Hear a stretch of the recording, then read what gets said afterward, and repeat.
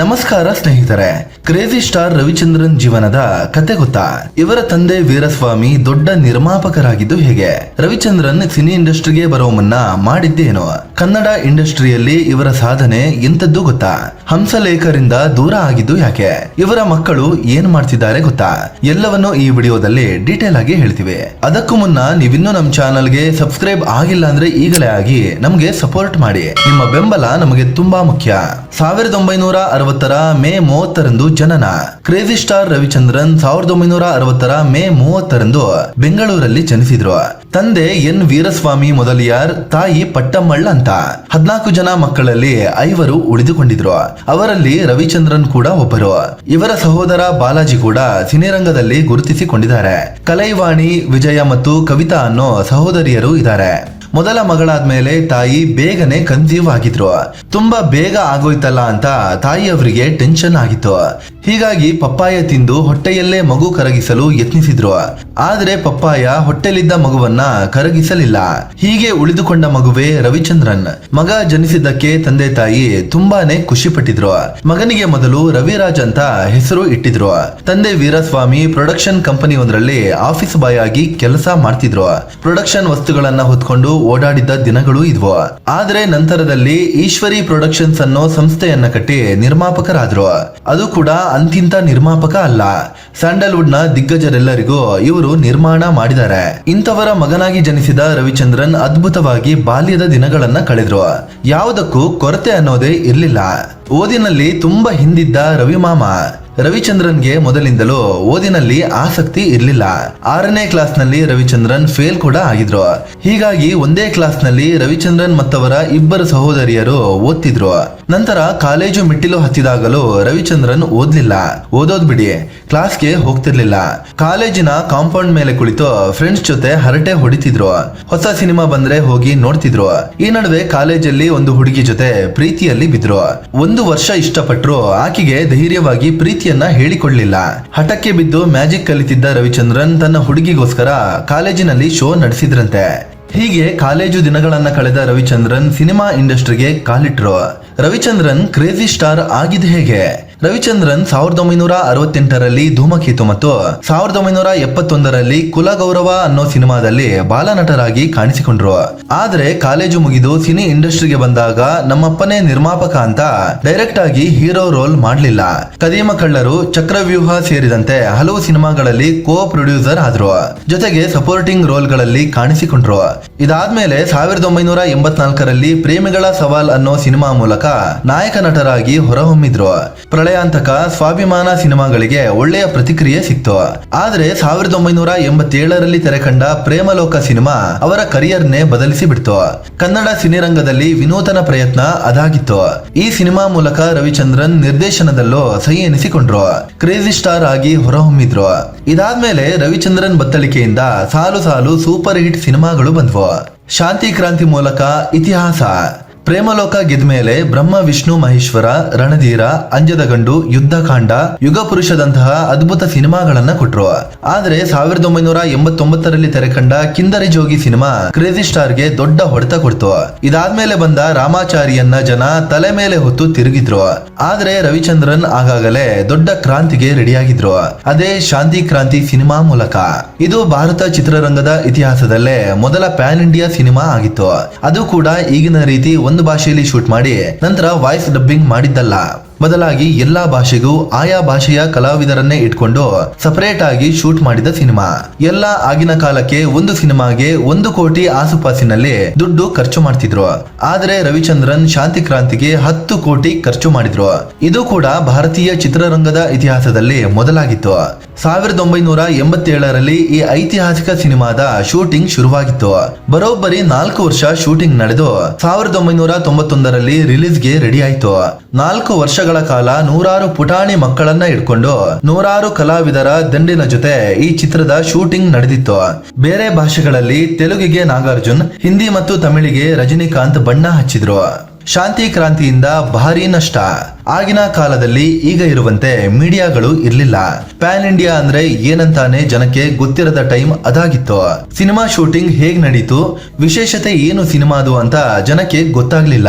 ಹೀಗಾಗಿ ದೊಡ್ಡ ಮಟ್ಟದಲ್ಲಿ ಹಿಟ್ ಆಗ್ಲಿಲ್ಲ. ಹಾಗಂತ ಫ್ಲಾಪ್ ಆಯ್ತು ಅಂತ ಕೂಡ ಹೇಳೋಕೆ ಆಗೋದಿಲ್ಲ. ಯಾಕಂದ್ರೆ ಸಿನಿಮಾ 8 ಕೋಟಿ ಕಲೆಕ್ಷನ್ ಮಾಡಿತ್ತು. ಆಗಿನ ಕಾಲಕ್ಕೆ 8 ಕೋಟಿ ಕಲೆಕ್ಷನ್ ಅಂದ್ರೆ ಸಾಮಾನ್ಯ ವಿಷಯ ಆಗಿರ್ಲಿಲ್ಲ.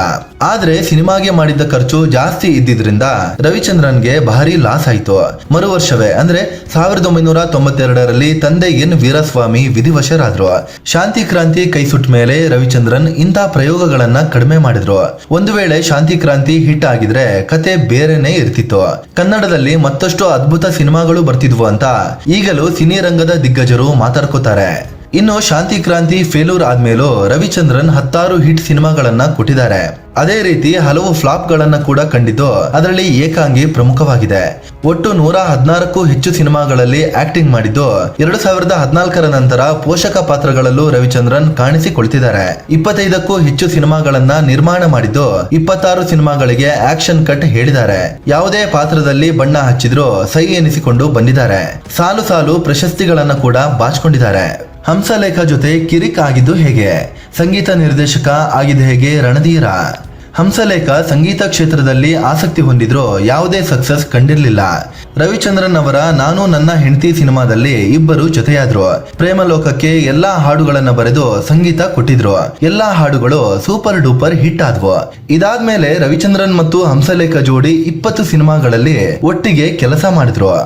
ಆದ್ರೆ ಯಾರೇ ನೀನು ಚೆಲುವೆ ಸಿನಿಮಾ ನಿರ್ಮಾಪಕ ರಾಕ್ ಲೈನ್ ವೆಂಕಟೇಶ್ ಮನೋಹರ್ಗೆ ಚಾನ್ಸ್ ಕೊಡ್ಬೇಕು ಅಂತ ಹೇಳಿದ್ರು. ಹಂಸಲೇಖ ಇಲ್ಲದಿದ್ರೆ ನಾನು ಸಿನಿಮಾನೇ ಮಾಡಲ್ಲ ಅಂತ ರವಿಚಂದ್ರನ್ ಅಡ್ವಾನ್ಸ್ ವಾಪಸ್ ಕೊಟ್ಟಿದ್ರು. ಕೊನೆಗೆ ಹಂಸಲೇಖ ಅವರೇ ಯಾರೇ ನೀನು ಚೆಲುವೆ ಸಿನಿಮಾಗೆ ಸಂಗೀತ ಮಾಡಿದ್ರು. ಸಿನಿಮಾ 100 ದಿನ ಪೂರೈಸಿದಾಗ ಒಂದು ಫಂಕ್ಷನ್ ಇತ್ತು. ಅದರ ಇನ್ವಿಟೇಷನ್ ಡಿಸೈನ್ ಅನ್ನ ರವಿಚಂದ್ರನ್ ಖುದ್ದು ಮಾಡಿಕೊಟ್ಟಿದ್ರು. ನಂತರ ಅದರಲ್ಲಿ ಹೆಸರು ಅದು ಇದು ಎಲ್ಲ ರಾಕ್ ಲೈನೇ ಹಾಕಿಸಿದ್ರು. ಆದ್ರೆ ಅದರಲ್ಲಿ ಹಂಸಲೇಖ ಹೆಸರು ಇರ್ಲಿಲ್ಲ. ರವಿಚಂದ್ರನ್ ಡಿಸೈನ್ ಮಾಡಿರುವ ಇನ್ವಿಟೇಷನ್ ಅದಾಗಿತ್ತು. ಅದರಲ್ಲಿ ನನ್ನ ಹೆಸರನ್ನ ಅವರೇ ಹಾಕಿಸಿಲ್ಲ ಅಂತ ಹಂಸಲೇಖ ತಪ್ಪು ತಿಳ್ಕೊಂಡ್ರು. ಇದರಿಂದ ಬೇಸರಗೊಂಡ ರವಿಚಂದ್ರನ್ ಹಂಸಲೇಖ ಜೊತೆ ಸಿನಿಮಾ ಮಾಡೋದನ್ನೇ ನಿಲ್ಲಿಸಿಬಿಟ್ರು. ತಾವೇ ಸಂಗೀತ ನಿರ್ದೇಶಕರು ಆಗಿ 18 ಸಿನಿಮಾಗಳಿಗೆ ಮ್ಯೂಸಿಕ್ ಮಾಡಿದ್ರು. ಶಾಂತಿ ಕ್ರಾಂತಿ ಮತ್ತೆ ರಿಲೀಸ್ ಆಗುತ್ತಾ? ಸೋಷಿಯಲ್ ಮೀಡಿಯಾದಲ್ಲಿ ಸ್ಯಾಂಡಲ್ವುಡ್ ಅಭಿಮಾನಿಗಳು ಮಧ್ಯರಾತ್ರಿಯಲ್ಲಿ ಎಚ್ಚರಗೊಂಡಿದ್ದಾರೆ. ಶಾಂತಿ ಕ್ರಾಂತಿ ಮೂವಿನ ಟ್ರೆಂಡ್ ಮಾಡಿ ಮತ್ತೆ ರಿಲೀಸ್ ಮಾಡಬೇಕು ಅಂತ ಪಟ್ಟು ಹಿಡಿದಿದ್ದಾರೆ. ರಿಲೀಸ್ ಆಗಿ 35 ವರ್ಷಗಳ ಬಳಿಕ ಸಿನಿಮಾನ ಜನ ತಲೆ ಮೇಲೆ ಹೊತ್ಕೊಂಡು ತಿರುಗ್ತಿದ್ದಾರೆ. ಆದ್ರೆ ಸಿನಿಮಾ ರಿಲೀಸ್ ಮಾಡ್ಬೇಕಾದ್ರೆ ಮತ್ತೊಂದಷ್ಟು ಖರ್ಚು ಮಾಡ್ಬೇಕಾಗತ್ತೆ. ರವಿಚಂದ್ರನ್ ಸಿನಿಮಾ ಪ್ರೀತಿ ಹೇಗಿದೆ ಅಂದ್ರೆ ಅವರು ಮತ್ತೆ ರಿಲೀಸ್ ಮಾಡಿದ್ರು ಮಾಡಬಹುದು. ಆದ್ರೆ ಈಗಲೂ ಅದು ಸರಿಯಾಗಿ ಕಲೆಕ್ಷನ್ ತಂದು ಕೊಡದೇ ಇದ್ರೆ ಸುಮ್ಮನೆ ಇರೋ ರವಿಚಂದ್ರನ್ಗೆ ಮತ್ತೆ ಕರೆದು ತೊಂದರೆ ಕೊಟ್ಟಂಗೆ ಆಗುತ್ತೆ. ಸಿನಿಮಾ ಮತ್ತೆ ರಿಲೀಸ್ ಆಗಿ ದುಡ್ಡು ಬರೋದು ರವಿಚಂದ್ರನ್ಗೂ ಬೇಕಿಲ್ಲ. ಅವರು ಮೊದಲಿಂದಲೂ ನನಗೆ ದುಡ್ಡು ಮುಖ್ಯ ಅಲ್ಲ ಅಂತ ಹೇಳ್ಕೊಂಡೇ ಬಂದಿದ್ದಾರೆ. ಸಿನಿಮಾ ಮಾಡಿ ದುಡ್ಡು ಕಳ್ಕೊಂಡೆ ಅಂತ ನನಗೆ ಬೇಜಾರಿಲ್ಲ. ಜನರನ್ನ ಮೆಚ್ಚಿಸೋಕೆ ಆಗಿಲ್ವಲ್ಲ ಅದೇ ಬೇಜಾರು ಅಂತ ಅವರೇ ಹೇಳ್ತಾರೆ. ಹೀಗಾಗಿ ಈಗ ಸಿನಿಮಾನ ಜನ ಎಂದೆಂದಿಗಿಂತಲೂ ಹೆಚ್ಚಾಗಿ ಮೆಚ್ಚಿಕೊಂಡು ಕೊಂಡಾಡ್ತಿದ್ದಾರೆ. ರವಿಚಂದ್ರನ್ಗೆ ಈ ಮೆಚ್ಚುಗೆಯೇ ಸಾಕು. ಮತ್ತೆ ರಿಲೀಸ್ ಮಾಡಿ ಕೈ ಸುಟ್ಕೊಳ್ಳೋದು ಬೇಡ ಅಂತ ಇನ್ ಕೆಲವರು ವಾದ ಮಾಡ್ತಿದ್ದಾರೆ.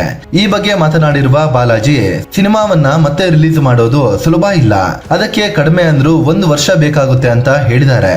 ಕನಸುಗಾರನ ಪ್ರೇಮ ಕಥೆ ಗೊತ್ತಾ? ರವಿಚಂದ್ರನ್ ಕಾಲೇಜಿಗೆ ಹೋಗುವಾಗ ಪ್ರೀತಿ ಮಾಡಿದ್ರು. ನಂತರ ಅದರ ಕಡೆಗೆ ಹೆಚ್ಚು ಗಮನ ಕೊಡ್ಲೇ ಇಲ್ಲ. ತಮ್ಮ ತಂದೆ ಮಾತಿನಂತೆ ಸುಮತಿ ಅನ್ನೋರನ್ನ ಮದುವೆಯಾಗಲು ಒಪ್ಪಿಕೊಂಡ್ರು.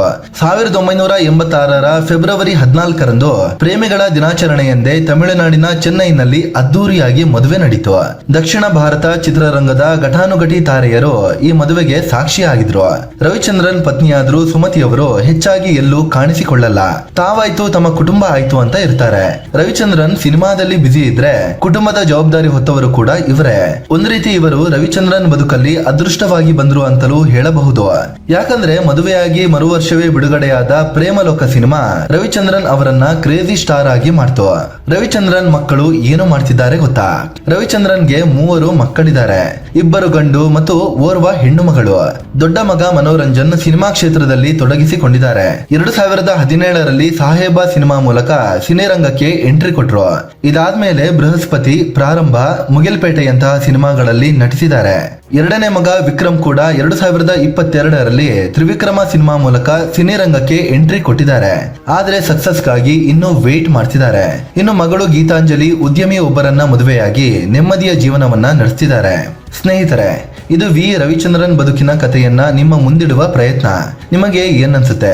ಶಾಂತಿ ಕ್ರಾಂತಿ ರಿಲೀಸ್ ಮಾಡಬೇಕಾ ಬೇಡವಾ? ಕಾಮೆಂಟ್ ಮಾಡಿ ನಿಮ್ಮ ಅಭಿಪ್ರಾಯವನ್ನ ಹೇಳಿ. ಅದೇ ರೀತಿ ನೀವಿನ್ನೂ ನಮ್ಮ ಚಾನಲ್ಗೆ ಸಬ್ಸ್ಕ್ರೈಬ್ ಆಗಿಲ್ಲ ಅಂದ್ರೆ ಈಗಲೇ ಆಗಿ ನಮಗೆ ಸಪೋರ್ಟ್ ಮಾಡಿ. ನಿಮ್ಮ ಬೆಂಬಲ ನಮಗೆ ತುಂಬಾ ಮುಖ್ಯ. ಧನ್ಯವಾದ.